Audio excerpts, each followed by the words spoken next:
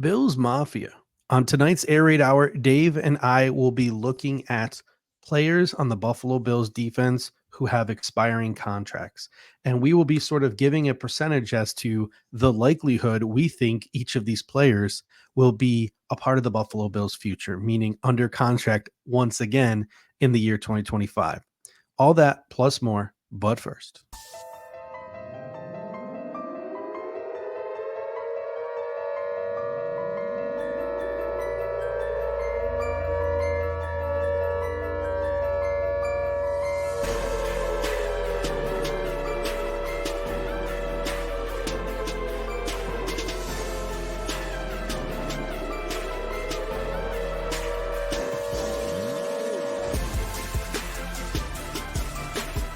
Welcome to the Air Raid Hour, a Cover One Network podcast. Here are your hosts, Judge Mathis and Tilt Money. Ladies and gentlemen, welcome into another episode of the Air Raid Hour presented by Picasso's Pizza and the Cover One Sports Network. Once again, our theme this evening is going to be breaking down contract year players on the Bills defense. Who's going to have an impact? Who's not going to have an impact? Who is going to be a part of this team going into the future, 2025 and possibly beyond? Let's first take a look at the reality of this situation, Dave. If a player on a contract year has a big year, in all likelihood, they probably price themselves out of the Buffalo Bills price range. If a player has a bad year in 2024, the Bills are likely looking to replace said player. And if the player has a middling year, they are probably blaming that middling year on their circumstances and thinking that maybe there are greener pastures elsewhere. So, at least for me, as I went through this exercise creating my show notes, the percentages were pretty low for almost every single player. Yeah, I tend to agree. I mean, like the one guy we'll talk about, Rasul Douglas, who I thought was like going to be a surefire bet to be on this team beyond 2024, could have had an extension to free up cap space in the early parts of the offseason. That didn't happen. Instead, we've got the void years with him. So it's certainly not looking likely that a lot of these guys will be back, but you never know. And I think one example we can look at from last year, but again, probably maybe a bit of a different scenario since he was a Bills draft pick, was AJ Epinesa on his expiring contract, but the Bills had invested the draft capital in him. So I think they felt for him on a above average year, I would say worth it to bring him back for the money they did. But we're not going to see a lot of those names on the list tonight. There's always the Taylor Rapps of the world, right? From last year, maybe Mike Edwards gets a Taylor Rapp type deal if he has a decent season. I know this isn't defense, and we're talking defense on this show, but you look at the Ty Johnsons, the David Edwards of the world, who were brought back for another year. So again, it is a possibility, but there's a reason why the Buffalo Bills are letting a lot of these players get to expiring contracts. They're just not a priority for this franchise, or they are brought in for stopgap purposes. Before we get into each player in each position group, this show is brought to you by Picasso's Pizza. 4 great locations in Williamsville, West Seneca, Lancaster, and Blaisdell. Buffalo Pizza since 1980. You can order online at picassospizza.net. And if you're an out-of-towner like us, you can even get it mailed to your home. And I can tell you from experience, it is just as good as getting it fresh from the restaurant. Again, that is picassospizza.net. All right, let's start with the defensive line, and let's start with the edge rusher position. First guy we're going to talk about here is Dawuane Smoot. 2025, he would be 30 years old. The Bills are probably going to try to build around a framework of Rousseau, Epinesa, and maybe even, hopefully, Javon Solomon. I don't think that really leaves a place for Dawuane Smoot beyond 2024, especially given his age. But if he's willing to be a rotational player and he has a solid year in 2024, I'm going to give it 15%. Where would you put Dawuane Smoot in the percentage of likelihood you think he'll be back in 2025? Yeah, I mean, it's interesting the way they did his contract, right? Because they put all those void years. So it's like, okay, he's pretty much like a lock to make the team, you would think, 2024. I think we all assume that's the case based on the way they put his contract together. I think it's around 25% as well, because again, like you mentioned in our show on Monday, that he's now another year off of that injury that he had 6 sacks or whatever it was 2 years ago. the Bills could really be hurting at this position depending on like what happens with Von Miller. Um, is Javon Solomon going to develop? So like there's a chance, right, that he is Mhm. back. And the Bills clearly like him if they're willing to put a contract like that Yeah. on the table to bring a guy like that in this late in the going. So I don't know, 25% seems about right. I mean, people are going to Mhm. say, well, that's really low, but it's like not when you start to think about like some of these other ones we're going to talk about. Yeah. It's not It it's not that low. I just feel like Rousseau is your left end. Hopefully, Epinesa is your right end. Hopefully, Javon Solomon is your situational pass rusher. So you're just looking to fill in. And when the Buffalo Bills look to fill in, maybe it's Dwayne Smoot, right? If you can get him for a couple million here, a couple million there. But really, looking forward to next year's draft where the Buffalo Bills are loaded with draft picks, one of the major talking points right now is this defensive class, this draft class is loaded at defensive line, at edge rusher. So the Buffalo Bills could be looking to add maybe more of an impact than a situational guy, and looking to add a younger guys to that core of Rousseau, Epinesa, and Solomon. So you had 25%. I had 15%. On to Casey Toohill, who will be 28 years old. Mhm. This guy's simply a hustle player. And I'm actually going to go higher in my percentage for Casey Toohill in Dwayne Smoot, because Casey Toohill seems like at this point in his life, in his career, maybe he just accepts being a veteran practice squad insurance guy, right? And if he accepts that, you could probably keep him here until he's 30 years old. 25% chance, maybe he sees a second or a third season, but really not an active roster guy, like simply probably just a veteran insurance depth guy. And those guys are always fishing for opportunities elsewhere. So I'm still going to keep it rather low at 25%. Yeah, I think that's pretty much where I would line it up. I mean, you with the age, there's always a shot. Like the Bills would probably they're gonna Mm, he's gonna be an endearing player to the Bills, I think. I think Sean yeah. McDermott's really gonna like him. I think the way he practices is really going to come off positively. What kind of contribution he's gonna make in games. If he, we'll see about that. He might not even make the team, right? So um, I do think he Yeah. will make the team, but again, it's not a guarantee that he makes Oh, the team. I So don't think he makes a team. I think Smoot was his kick out the door. But at yep. the end of the day, like, who knows? There's a reason why we're sitting here prognosticating in May. We're kind of bored. Once we get to August, we'll actually have things to compare it to. What they've done at training camp, what they do in the preseason, and who knows? Maybe a year from now, KC2 will have secured himself as like the new Shaq Lawson, and he is secured himself as like the third, fourth defensive end on this football team, and he earns a decent contract and gets extended maybe till the age 30 with like a 2-year extension. Who knows? But the likelihood of that, like again, I'm gonna keep pretty low. So I said 25%. You had 20%. 25%. Yeah. Yep. Yep. Austin Johnson, he's going to be 31 years old when his contract expires at the end of the year. The Buffalo Bills fully guaranteed his entire deal, so he's a roster lock for this season. To me, though, Daquan Jones is another older player, and both of these guys, Austin Johnson and Daquan Jones, even though I really like Austin Johnson, are one techs. So if you're the Buffalo Bills, you're probably going to want to go to the draft and secure your one tech version of Dwayne Carter next year to go behind Daquan Jones. So I'm going to keep it relatively low for Austin Johnson, even though I think he'll play a really nice role on this football team this year. I'm going to put it at 15%. Yeah, I mean the Bills. It's interesting, right? They love these sort of 1 year defensive linemen, right? We've seen it with Mhm. Jordan Phillips a couple times. We've seen it with Shaq Lawson. Now we might see it with Austin Johnson. He has some void years as well. I Mhm. think 1 or 2 on his contract, if I'm looking at this correctly. Yeah, he's got 2 void years on his. And so at age 30 already. I know Eric and the guys that do the film were very high on him as a fit, right, for this defense. But I think now with the Bills investing in Dwayne Carter, they've got Ed Oliver. I think the Bills will probably look to go for more of a youth movement on the Mhm. interior, um, especially while they've got those guys and Daquan Jones still back for another year. I think the future beyond this year probably is youth movement. And I'd say I'd put Austin Johnson being back at, I'd put it around 15 to 20%.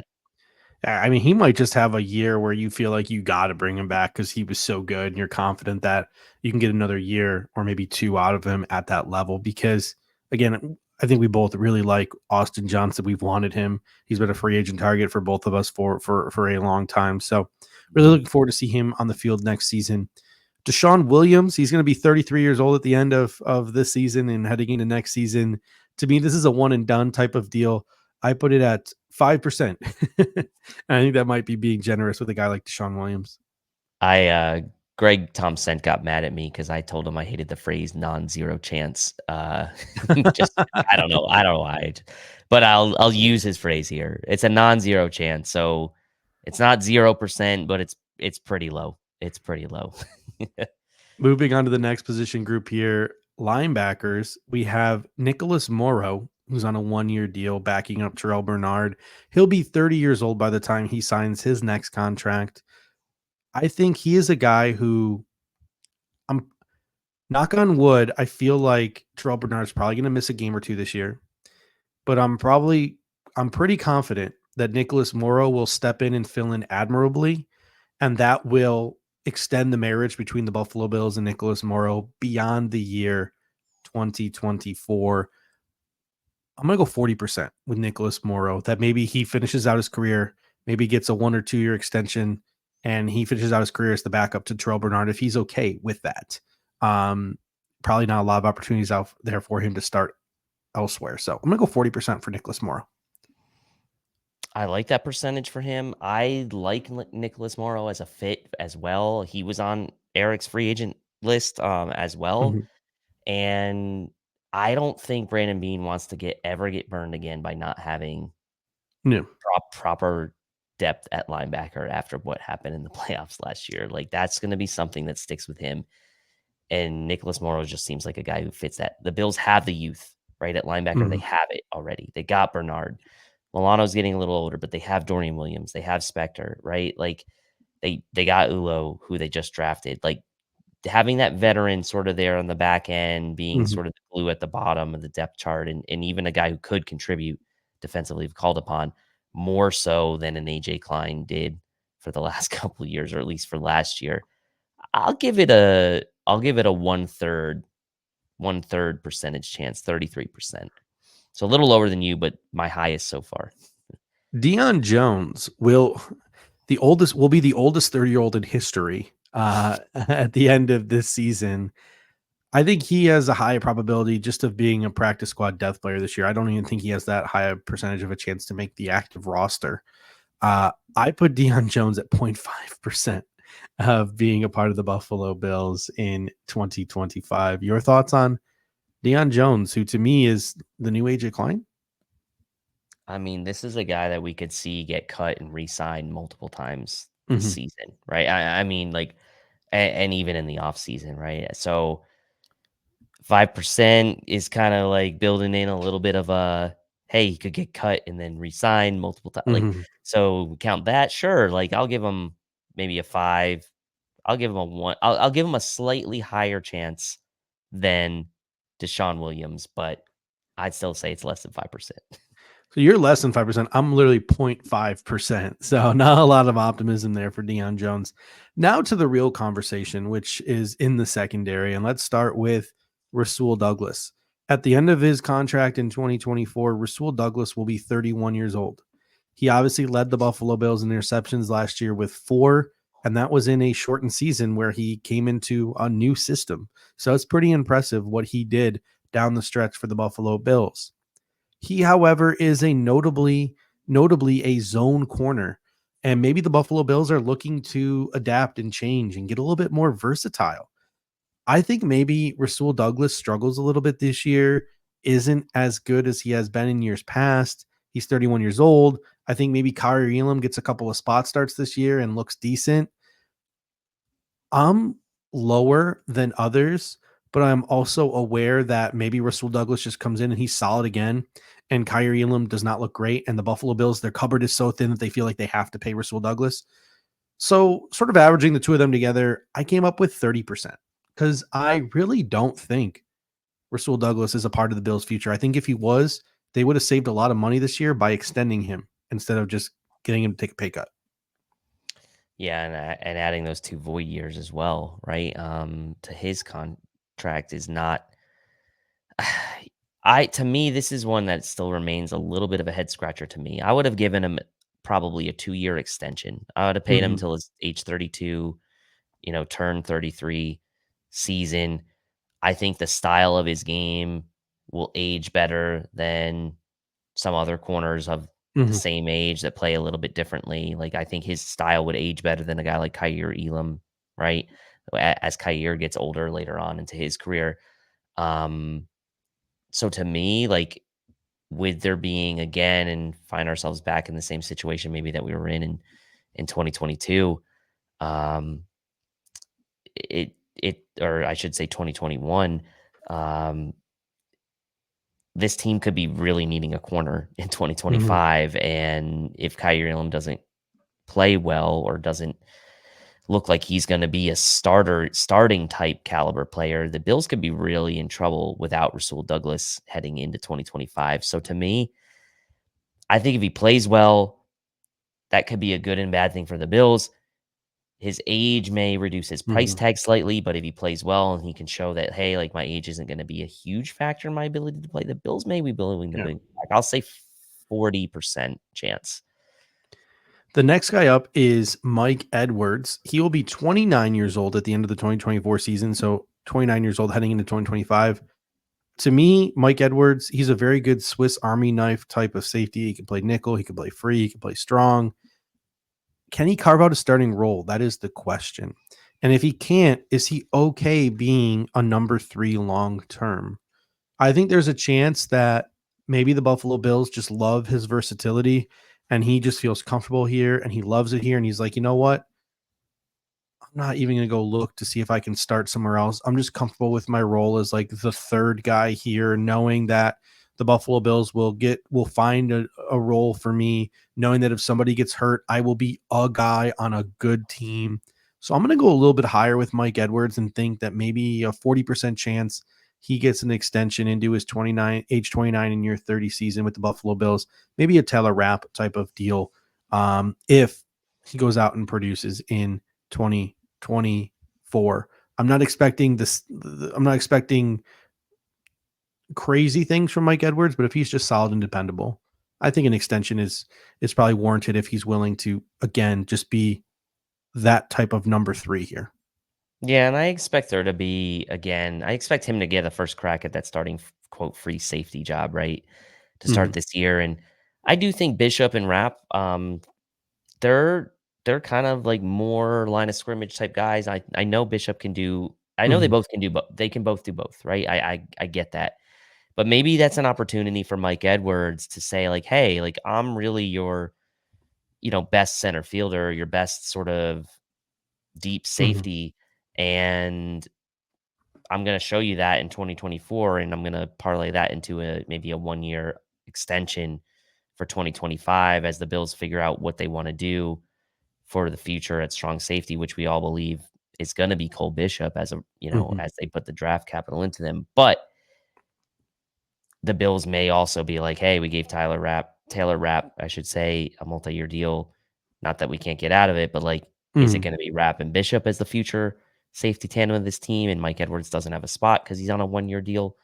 Or did the Bills just not think a guy like Cole Bishop was going to fall into their lap? And now they kind of have a nice problem similar to what they had last year. Mhm. Not a problem, but having 3 guys that can play in Rapp, Hyde, and Poyer, they're going to have 3 guys that can play in Edwards, um, Bishop, and Rapp this year. Mm, I I'll say 35% chance he's back in 2025. Last name I have on the list here is Damar Hamlin. Will be 27 years old the end of his contract next season. To me, it's looking more and more like Damar Hamlin is going to start to have to accept the possible sort of fringe roster practice squad type of role in the National Football League. And in doing so, he may look for opportunities to maybe be a 53 man or maybe start elsewhere. I just don't know if it's the cards here in Buffalo. I gave Damar Hamlin a 10% chance of returning to the Bills for a second contract. I'll give it a little higher. I'll say 20% just by the sheer fact that, like, the guy we just talked about, Mike Edwards, is not here. Maybe Damar Hamlin becomes kind of like a Dane Jackson-y type of guy for the safety group, and comes back on like a 1-year sort of not too lucrative of a contract. I think that it's very important that we separate sort of what he means to the organization beyond just football and what he means to the NFL and to sort of the community at large, beyond just football. But when we're talking about giving a guy a contract extension, we kind of need to just talk about the football side of it. And for those reasons, I just don't know that it's a lock for him to be back after his rookie contract expires. So I'll say 20%. Pretty much this whole exercise today was in some way, shape, or form a revisiting of the 2021 class, because after this season, that's when the contracts of the 2021 draft class expire. The Buffalo Bills 2021 draft class, Gregory Rousseau, who's going to get his 5th-year contract extension, so he's not going to be a free agent until after 2025. Boogie Basham, who's no longer on the roster. Spencer Brown, who we'll talk about next week about how much do we pay him, do we pay him, etc. Tommy Doyle, who's just had to deal with injuries his entire career. Marquez Stevenson, who's in the UFL. Damar Hamlin, who we just mentioned. Rashad Wildgoose, who was claimed off waivers by the New York Jets and then just never had a chance to play for the Buffalo Bills. And Jack Anderson, who was also claimed off waivers, I believe, was it either the Eagles or the Colts? I think the Eagles first. It was the Eagles first and then the Colts. Yeah, he might still be on the Colts. So really, if you look at this Buffalo Bills 2021 class, it's Damar had that stretch where he played before his unfortunate incident. Really, that 2021 class comes down to Gregory Rousseau and Spencer Brown. I don't know. Looking back at that 2021 class, getting 2+ players in Rousseau and Brown, I would say Brown was a home run, right? It took him a little bit, but I think he's about to make himself a home run of a hit. And Gregory Rousseau, like, I don't know, maybe a double, maybe a triple. Maybe he has a chance to be a home run if you want to use baseball terms. Everyone else is pretty much either like a single or a strikeout. Is that 2021 class, like, was that a failure on Brandon Beane's part, or were those two guys okay? Like, just getting those two guys made it worth it. Those two guys are good. I don't know that I'm saying either are home runs yet. I'd call them both triples, though. I don't think they're doubles. I think they're very, like, I don't think they're at the elite level where I'd call them a home run, because then you're kind of comparing them to other home run guys that we talked about in our 2022 show, like Bernard and Cook. And to me, they're not Bernard and Cook. They're just a notch below that. Triples, the rest of the class, very lukewarm, very average. Some of that injury related, some of it not. Yeah. Some of it, like, The players double getting dip claimed. and then the double dip again. Just It wasn't great, but if you can get two guys, Brown and Rousseau, back on second deals, then it's generally I can accept it, and it's fine with me. And I not to make excuses for Brandon Beane and be a Brandon Beane apologist, but this was the COVID year too, right? So there really wasn't a pre-draft process. So people were flying pretty blind in this draft. And it made it a little bit unusual, a little bit different. Maybe the Bills couldn't do the homework like they could have on prospects previously or in previous years or in future years after that. But yeah, two great players, one not so great draft. It's really hard to come up with words on describing the 2021 draft class. So thankfully we don't have to do that anymore, because we are moving on to our outro here. Next week, we're going to be doing everything we did this week, but we're going to be doing it for the Buffalo Bills offense. So on Monday, we'll be setting expectations for the Buffalo Bills offense. Always one of the more fun shows of the year. Yep. You're splitting up the target shares, how many targets we think each receiver are going to get, the over under for touchdowns and yards for Josh Allen, all that good stuff. We'll be breaking down on Monday. And then on Thursday, we'll be doing the same exact exercise we did tonight, but for the offensive players. And it's a little bit more interesting because you have names like Ty Johnson, MVS, Spencer Brown, all of those types of names. So things might be a little bit more interesting when breaking down those contract year guys on the offensive side of the floor, out of the ball, excuse me. All right, Dave, any final thoughts before we get out of here this evening?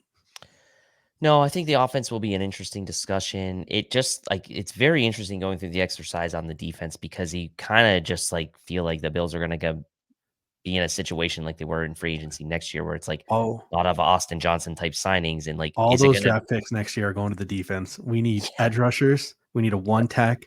We need boundary corners and a center fielding safety. Yep, a lot of those picks next year, I think, are going to be defensive players. Could be. It could be. So can't wait for that. Ladies and gentlemen, thank you so much. And until next time, go Bills. Go Bills. Thank you for watching tonight's episode of the Air Raid Hour. Make sure to hit that like button on the way out. If you are catching the show on demand, leave a reply in the comment section and we will respond over the course of the week. You can always listen to every episode next day on all major podcasting platforms, including Apple Podcasts and Spotify, by searching Air Raid Buffalo. Thank you for your continued support, and as always, go Bills!